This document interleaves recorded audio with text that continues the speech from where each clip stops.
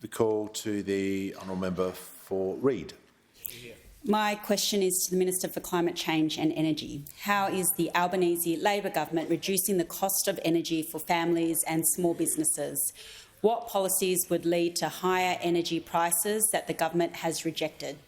The call to the Minister for Climate Change and Energy. Well, thanks very much, Mr Speaker. I thank the terrific member for Reid for her question. It was great to visit her electorate last week to talk about energy bill relief. And as the honourable member knows, last week we saw the final default market offer announced, and that showed Ausgrid customers, for the member for Reid, small business bills falling by 8% and residential bills falling by up to 2.6%. A lot more to do, Mr Speaker, we recognise, but that was a good step forward. And of course, default market offers don't always go down, they sometimes go up, and the weekend was the second anniversary of the member for Hume hiding a 20% increase in the default market offer, Mr Speaker.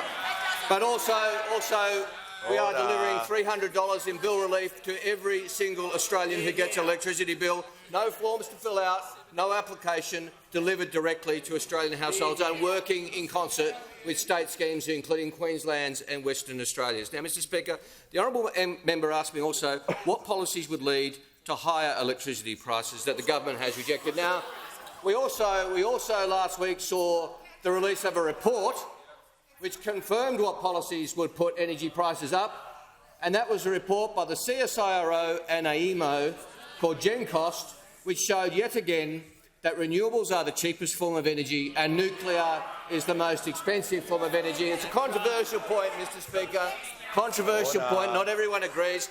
Those opposite were falling over themselves to discredit the CSIRO. Now, I won't have time to run through all those members opposite. I may or may not get other opportunities during the week, Mr Speaker, but I'll start, to be fair, I'll start with the most eloquent member of the opposition who really crystallised the opposition's concerns about the CSIRO. The House will not be surprised to know it was the member for New England. And his criticism was that the CSIRO is Australian. Order. He said, and I quote directly, "The CSIRO is, of course, an Australian organisation. It's like getting Mongolia to write a report on tropical rainforests. They don't have them. We don't have nuclear power in Australia, so we do have a nuclear reactor, in fact. We've got one smack bang in the middle of Sydney. No one in Sydney seems to worry about it much, but the CSIRO, if it is." So that clears that up, Mr Speaker. That clears that up. Order. Very good to know.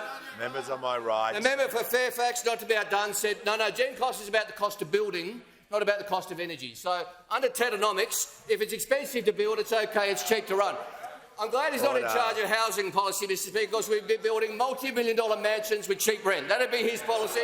Doesn't matter how much it costs to build, they're just cheap to run. And then Senator Hume said, well, I haven't seen GenCost, but I know it doesn't cost opposition policy. Now, I give her that, because we haven't seen opposition policy, Mr Speaker.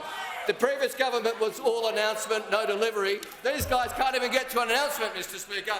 The policy's dead before they even announce it. Time has concluded.